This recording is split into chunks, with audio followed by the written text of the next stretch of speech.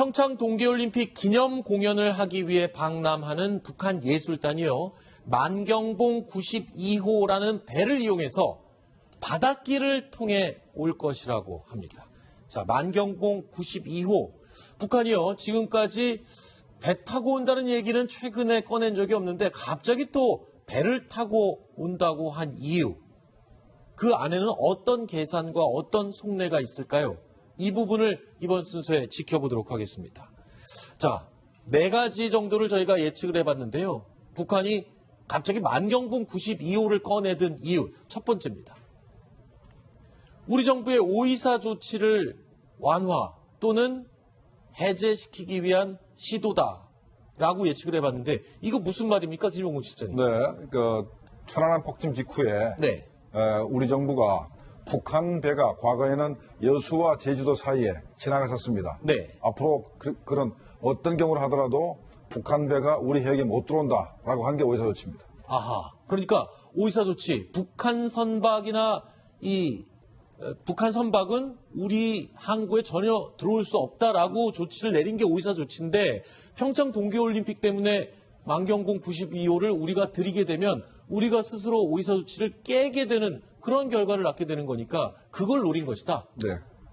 그러면 오이사 조치 해제를 하기 위한 북한의 노림수겠군요.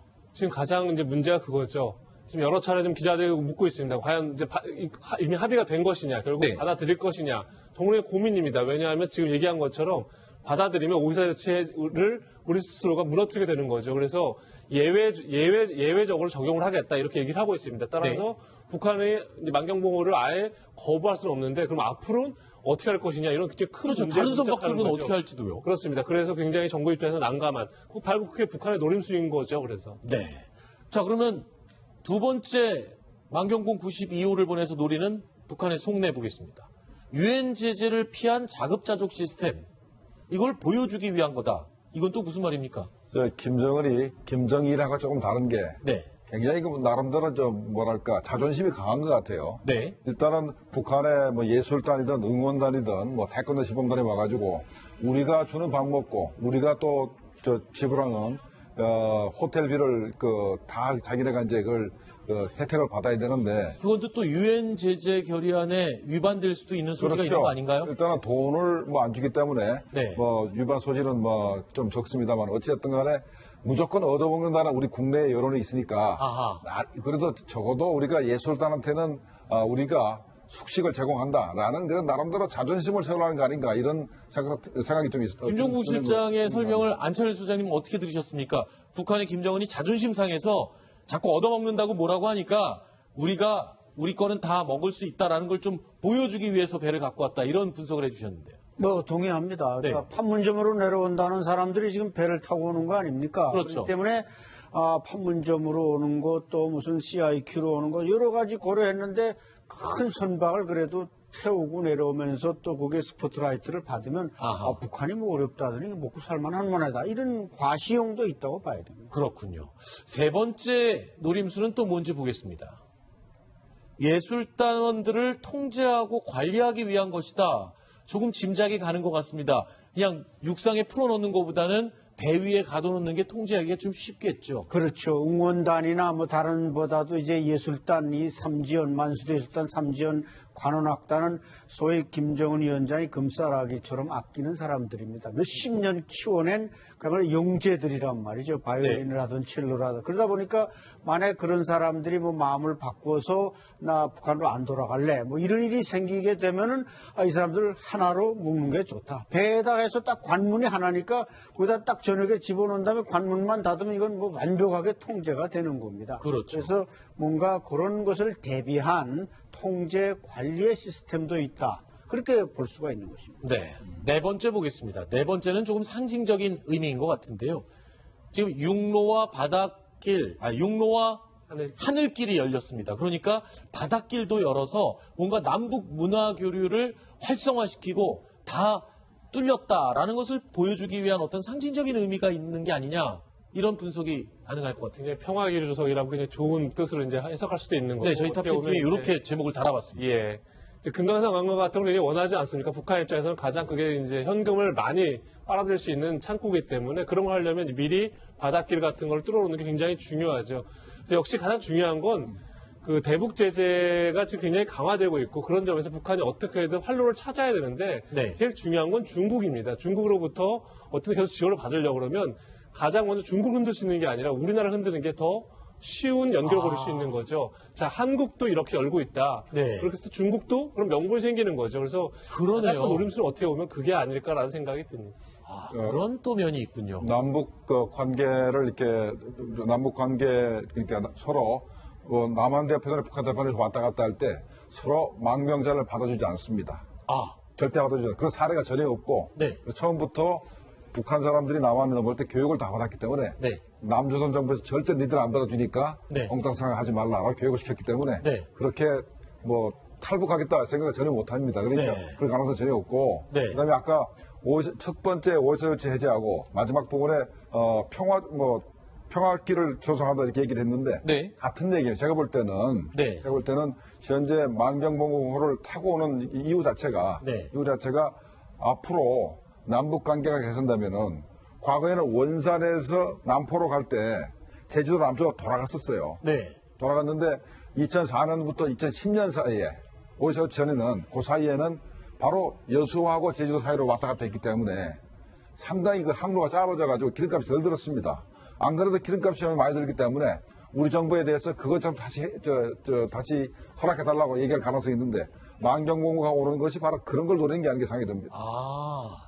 해운 노선을 하나 좀 뚫기 위한 그런 목적도 있다고요? 그러면 어떤 일이 또 벌어진다면 우리 해군 구축함이 북한의 조그마한 하물선을 지나갈 때만 따라다니게 됩니다. 상당히 귀찮아지겠군요. 자, 그런데 이 시청자 여러분들께서 만경봉 92호 그 배, 북한 사람들이 갖고 오는 배의 시설은 도대체 어느 정도일까 궁금해하실 것 같아요. 간단하게 정리를 해봤습니다. 안 소장님, 예. 이 보니까요, 이거 겉모양이 조금 칙칙해 보인다고 무시할 게 아닌 것 같습니다. 내용을 보면 객실, 매점, 영화관, 목욕탕, 우리가 알고 있는 페리오의 시설들은 그 안에 다 갖춰져 있는 것 같아요. 그렇죠. 사이즈만 작을 뿐 북한이 가지고 있는 유일한 페리오다. 이렇게 보시면 되고 그래요? 보통 북한에서는 저 배가 7층짜리 아파트다. 이렇게 얘기를 합니다. 7층이 맞나요? 이게 7층이 네. 안 되는 것 같은데. 아니다, 지하까지 있어서 합치면 7층이 되네요. 7층이고 거기에는 목욕탕에다가 무슨 영화관에다가 심지어 오락실이 저게 노래방입니다. 노래방까지 있고 또 1인 1실 독방에다가 2인 1실, 3인 1실 여러 가지 다양한 룸들이 다 돼 있고 그 안에 텔레비전 시설까지 다 돼 있고 그래서 어떻게 보면은 북한의 소수가 탈 수 있는 배지만은 북한 내에서는 최고의 북한판 호화 유람선이다. 이렇게 보면 되는 겁니다. 그렇군요. 북한판 초호화 유람선 만경봉 92호를 타고 오는 북한의 예술단. 글쎄요. 저희가 네 가지 이 측면에서 분석을 해봤는데 북한의 속내 대충은 이해가 되셨는지 모르겠습니다. 자, 이번 이야기는 여기서 마무리하고요. 김종봉 실장님은 인사드리겠습니다. 오늘 말씀 고맙습니다. 지 않나 이런 생각까지 드는 상황입니다. 자, 북한 고위급 대표단장으로 김영남 단장이 누구와 함께 과연 우리나라에 올지도 큰 관심입니다. 영상 보시고 이야기 나누겠습니다. 김영남 최고인민회의 상임위원장은 여기에 해당되지 않는 것으로 저희가 파악하고 있습니다. 그다음에 다른 남은 3명의 단원들에 대해서는 북한이 언급을 하지 않았습니다. 이 부분은 저희가 앞으로 판문점 연락 채널을 통해서 문서 교환 방식으로 협의해 나갈 예정입니다. 네, 저만 그럴 수도 있습니다. 사실 우리 정부 입장에선 누가 올지도 모르고요. 통보하면 그냥 받아들여야 되고 밤늦게 통보를 하더라도 싫다는 얘기 못하고 그런 상황 아닌가. 조금 우리 정부 입장에서는 어떻게든 이 평창올림픽 성공하기 위해서 많은 부분을 참고 인내하고 있다 이런 생각이 드는데 실질적으로 김영남 이외에 누가 와야지 북한 핵 문제까지 거론할 그런 상대라고 보십니까? 김정은이 아니고 예. 김정은을 제외하고 그 문제를 우리와 대화라도 할 수 있는 사람 예. 그리고 대화 내용을 가감없이 김정은한테 전달할 수 있는 사람이라면 지금 북한 권력 구조에서는 최용해 정도밖에 없을 겁니다. 그래서 우리 정부도 처음부터 단장을 최용해가 맡았으면 하는 기대가 있었던 거고 지금 김영남 위원장이 단장으로 통보가 됐지만 단원 대표단 중에 최용해가 포함되면 그 사람과 더불어 실질적인 대화를 할 수 있지 않겠는가 이제 이런 기대를 버리지 않고 있습니다. 그런데 지금 그 대화가 이 남북 간만의 대화가 아니고 예. 적어도 핵 문제가 대화의 소재가 된다면 지금 바로 그 시기에 와 있을 펜스 부통령과의 직접적인 관계도 맞습니다. 바로 되기 때문에 예. 지금 펜스 부통령이 우연하게라도 마주치지 않게 해달라고 하는 입장을 표명한 상태에서 최용해가 막상 내려왔다. 이거 우리가 감당하기 쉽지 않습니다. 예. 그리고 북한도 뭐 그렇다면 굳이 최용해까지 보낼 필요 있겠는가? 그렇다면 저는 이제 마지막으로 가능성은 현성월 씨가 와서 사실은 막 판을 흔들어 놓지 않았습니까? 예.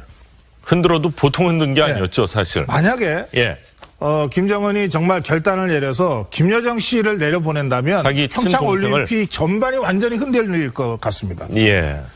그게 지금 북한은 어차피 전 세계에 자신을 선전하고 뭐 그렇게 하기 위한 목적으로 지금 하고 있는 거라면 예. 저는 그것이 굉장히 폭발력이 있는 카드라서 김정은이 마지막 순간까지 고심할 거라고 생각하고 예. 우리 입장에서는 뭐 그렇다면 아예 김여정을 내려보내시오 예. 라고 하는 요구도 해볼 수 있지 않을까 싶습니다. 공식적으로 좀 요청을 해도 좋을 것 같다는 그럼요. 생각이 예. 드네요. 예, 박 교수님. 일단은 북한한테 좀 말씀드리고 싶은 것은 밤 10시 넘어서 일방적으로 통보하는 것은 좀 삼가했으면 좋겠다. 맞습니다. 말씀을 드립니다. 왜냐하면 저같이 북한을 그래도 약간 부드럽게 보는 학자 중에 하나인데 예. 제가 이런 말을 할 정도면 그것은 좀 예의가 아니다 보고요. 이제 그것은 이제 우리가 사족에 불과합니다만은 저는 북한에서 이번에 내민 김영남 카드는 최상의 카드라고 보고 우리한테도 나쁜 카드는 저는 아니라고 봅니다. 예. 북한은 이제 다 알다시피 당 먼저고 그다음에 국가이기 때문에 당 국가라기 때문에 지금 헌법상 대통령이 해당되는 혹은 국회의장이 해당되는 김영남은 형식적일 수는 있어요. 예. 그러나 과거에 2000년에 6.15 때 남북정상회 만날 때 과연 누구를 만나냐가 우리 대한민국에서 약간 흔들릴 때가 있었어요. 김정일을 만나는 거냐 아니면 거기에 국가를 대표하고 있는 김영남을 만나냐. 아무리 형식적이라도 그 형식적인 나름대로 의미를 갖고 있거든요. 왜냐하면 북한에서 2인자란 것은 별 의미가 없어요.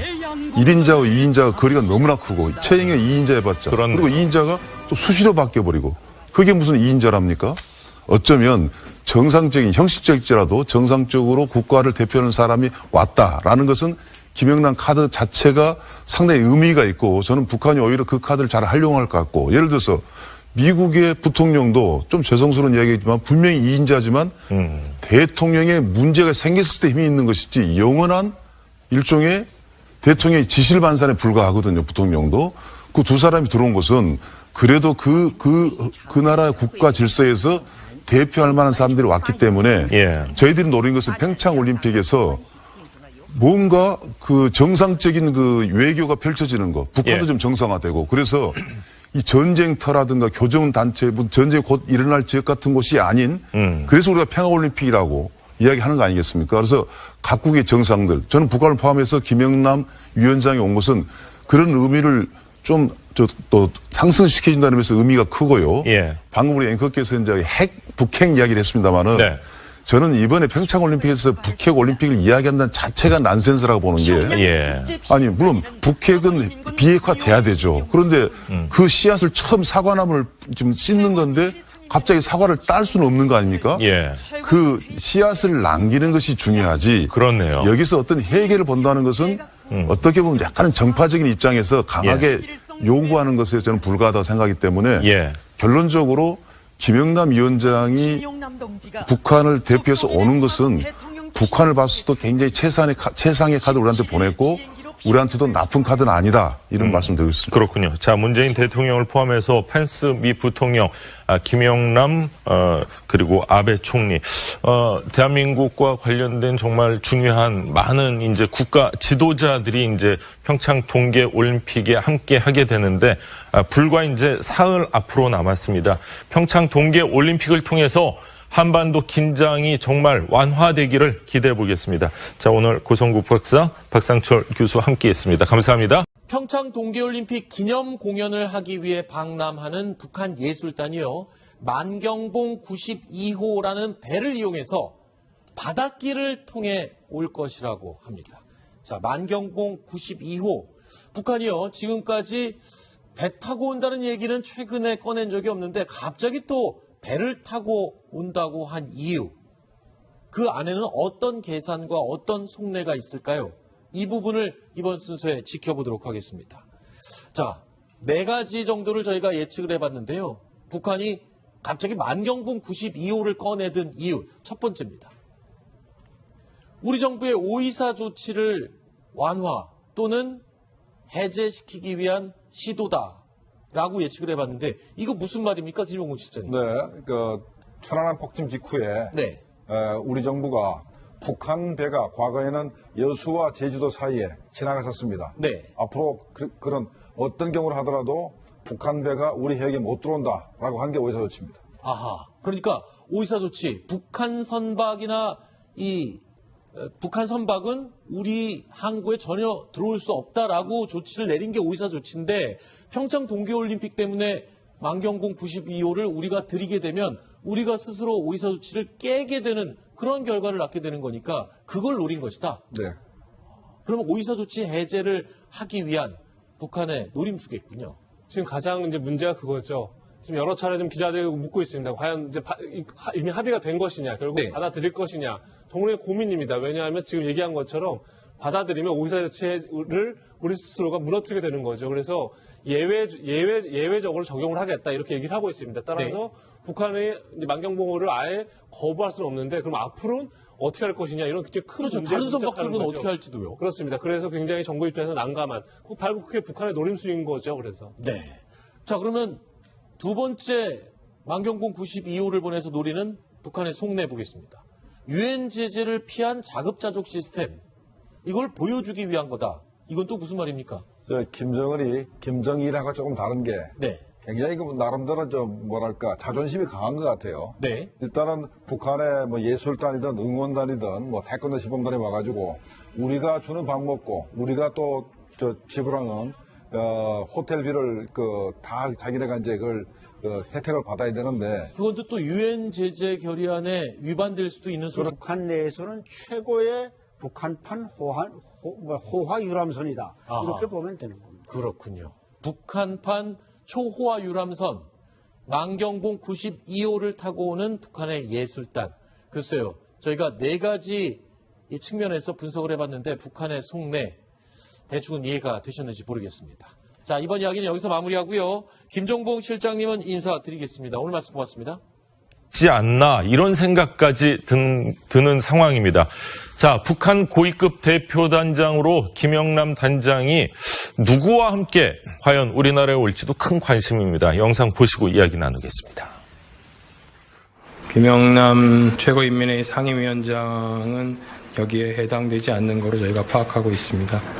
그다음에 다른 남은 3명의 단원들에 대해서는 북한이 언급을 하지 않았습니다. 이 부분은 저희가 앞으로 판문점 연락 채널을 통해서 문서 교환 방식으로 협의해 나갈 예정입니다. 네, 뭐 저만 그럴 수도 있습니다. 사실 우리 정부 입장에선 누가 올지도 모르고요.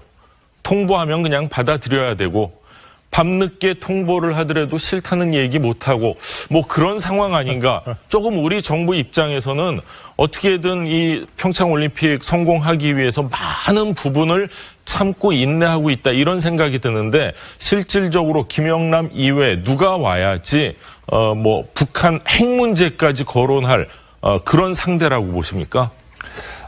김정은이 아니고 예. 김정은을 제외하고 그 문제를 우리와 대화라도 할 수 있는 사람, 예. 그리고 대화 내용을 가감 없이 김정은한테 전달할 수 있는 사람이라면 지금 북한 권력 구조에서는 최용해 정도밖에 없을 겁니다. 그래서 우리 정부도 처음부터 단장을 최용해가 맡았으면 하는 기대가 있었던 거고, 지금 김영남 위원장이 단장으로 통보가 됐지만 단원 대표단 중에 최용해가 포함되면 그 사람과 더불어 실질적인 대화를 할 수 있지 않겠는가, 이제 이런 기대를 버리지 않고 있습니다. 그런데 지금 그 대화가 이 남북 간만의 대화가 아니고 적어도 핵 문제가 대화의 소재가 된다면 지금 바로 그 시기에 와 있을 펜스 부통령과의 직접적인 관계도 맞습니다. 바로 되기 때문에 예. 지금 펜스 부통령이 우연하게라도 마주치지 않게 해달라고 하는 입장을 표명한 상태에서 최용해가 막상 내려왔다. 이거 우리가 감당하기 쉽지 않습니다. 예. 그리고 북한도 뭐 그렇다면 굳이 최용해까지 보낼 필요 있겠는가? 그렇다면 저는 이제 마지막으로 가능성은 현성월 씨가 와서 사실은 막 판을 흔들어 놓지 않았습니까? 예. 흔들어도 보통 흔든 게 아니었죠, 사실. 만약에 예. 김정은이 정말 결단을 내려서 김여정 씨를 내려보낸다면 자기 평창올림픽 전반이 완전히 흔들릴 것 같습니다. 예. 그게 지금 북한은 어차피 전 세계에 자신을 선전하고 뭐 그렇게 하기 위한 목적으로 지금 하고 있는 거라면 예. 저는 그것이 굉장히 폭발력이 있는 카드라서 김정은이 마지막 순간까지 고심할 거라고 생각하고 예. 우리 입장에서는 뭐 그렇다면 아예 김여정을 내려보내셔 예. 라고 하는 요구도 해볼 수 있지 않을까. 공식적으로 좀 요청을 해도 좋을 것 같다는 그럼요. 생각이 예. 드네요. 예, 박 교수님. 일단은 북한한테 좀 말씀드리고 싶은 것은 밤 10시 넘어서 일방적으로 통보하는 것은 좀 삼가했으면 좋겠다. 맞습니다. 말씀을 드립니다. 왜냐하면 저같이 북한을 그래도 약간 부드럽게 보는 학자 중에 하나인데 예. 제가 이런 말을 할 정도면 그것은 좀 예의가 아니다 보고요. 이제 그것은 이제 우리가 사족에 불과합니다만은 저는 북한에서 이번에 내민 김영남 카드는 최상의 카드라고 보고 우리한테도 나쁜 카드는 저는 아니라고 봅니다. 예. 북한은 이제 다 알다시피 당 먼저고 그다음에 국가이기 때문에 당 국가라기 때문에 지금 헌법상 대통령이 해당되는 혹은 국회의장이 해당되는 김영남은 형식적일 수는 있어요. 예. 그러나 과거에 2000년에 6.15 때 남북정상회 만날 때 과연 누구를 만나냐가 우리 대한민국에서 약간 흔들릴 때가 있었어요. 김정일을 만나는 거냐 아니면 거기에 국가를 대표하고 있는 김영남을 만나냐. 아무리 형식적이라도 그 형식적인 나름대로 의미를 갖고 있거든요. 왜냐하면 북한에서 2인자란 것은 별 의미가 없어요. 1인자와 2인자가 거리가 너무나 크고 최영의 2인자 해봤자 그렇네요. 그리고 2인자가 또 수시로 바뀌어버리고 그게 무슨 2인자랍니까? 어쩌면 정상적인 형식적이라도 정상적으로 국가를 대표하는 사람이 왔다라는 것은 김영남 카드 자체가 상당히 의미가 있고 저는 북한이 오히려 그 카드를 잘 활용할 것 같고 예를 들어서 미국의 부통령도 좀 죄송스러운 이야기지만 분명히 2인자지만 대통령의 문제가 생겼을 때 힘이 있는 것이지 영원한 일종의 대통령의 지실 반산에 불과하거든요. 부통령도. 그 두 사람이 들어온 것은 그래도 문제가 있는 거 아닌가요? 일단은 돈을 뭐 안 주기 때문에 네. 뭐 위반 소지는 뭐 좀 적습니다만 어찌됐든 간에 무조건 얻어먹는다는 우리 국내 여론이 있으니까 아하. 그래도 적어도 우리가 예술단한테는 우리가 숙식을 제공한다라는 그런 나름대로 자존심을 세우라는 거 아닌가 이런 생각이 좀 있어요. 김종국 실장의 설명을 안철수 소장님은 어떻게 들으셨습니까? 북한의 김정은이 자존심 상해서 자꾸 얻어먹는다고 뭐라고 하니까 우리 거는 다 먹을 수 있다라는 걸 좀 보여주기 위해서 배를 갖고 왔다 이런 분석을 해주셨는데요. 뭐 동의합니다. 네. 그러니까 판문점으로 내려온다는 사람들이 지금 배를 타고 오는 거 아닙니까? 그렇죠. 그렇기 때문에 판문점으로 오는 것 또 무슨 CIQ로 오는 것 여러 가지 고려했는데 큰 선박을 그래도 태우고 내려오면서 또 거기에 스포트라이트를 받으면 북한이 뭐 어렵다더니 먹고 살만한 만하다 이런 과시용도 있다고 봐야 됩니다. 그렇군요. 세 번째 노림수는 또 뭔지 보겠습니다.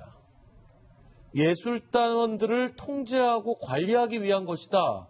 조금 짐작이 가는 것 같습니다. 그냥 육상에 풀어놓는 것보다는 배 위에 가둬놓는 게 통제하기가 좀 쉽겠죠. 그렇죠. 응원단이나 뭐 다른 보다도 이제 예술단 이 삼지연 만수대 예술단 삼지연 관원악단은 소위 김정은 위원장이 금싸라기처럼 아끼는 사람들입니다. 몇십 년 키워낸 그야말로 영재들이란 말이죠. 바이올린을 하든 첼로를 하든. 그러다 보니까 만약에 그런 사람들이 뭐 마음을 바꿔서 나 북한으로 안 돌아갈래 뭐 이런 일이 생기게 되면은 이 사람들 하나로 묶는 게 좋다. 배에다 해서 딱 관문이 하나니까 거기다 딱 저녁에 집어넣은 다음에 관문만 닫으면 이건 뭐 완벽하게 통제가 되는 겁니다. 그렇죠. 그래서 뭔가 그런 것을 대비한 통제 관리의 시스템도 있다. 그렇게 볼 수가 있는 것입니다. 네. 네 번째 보겠습니다. 네 번째는 조금 상징적인 의미인 것 같은데요.